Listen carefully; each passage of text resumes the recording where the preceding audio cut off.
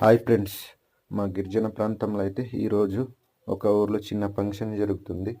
ఈ యొక్క ఫంక్షన్ కొరకు మా వాళ్ళైతే ఆ యొక్క వంట కార్యక్రమాన్ని ఈ విధంగా మొదలుపెట్టారు ఫ్రెండ్స్.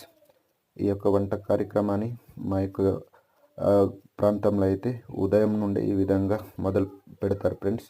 అలాగే మా యొక్క యువకులు కూడా ఈ యొక్క చింతపండుని ఆ యొక్క సాంబార్ కొరకు కూర కొరకు సిద్ధం చేస్తున్నారు ఫ్రెండ్స్.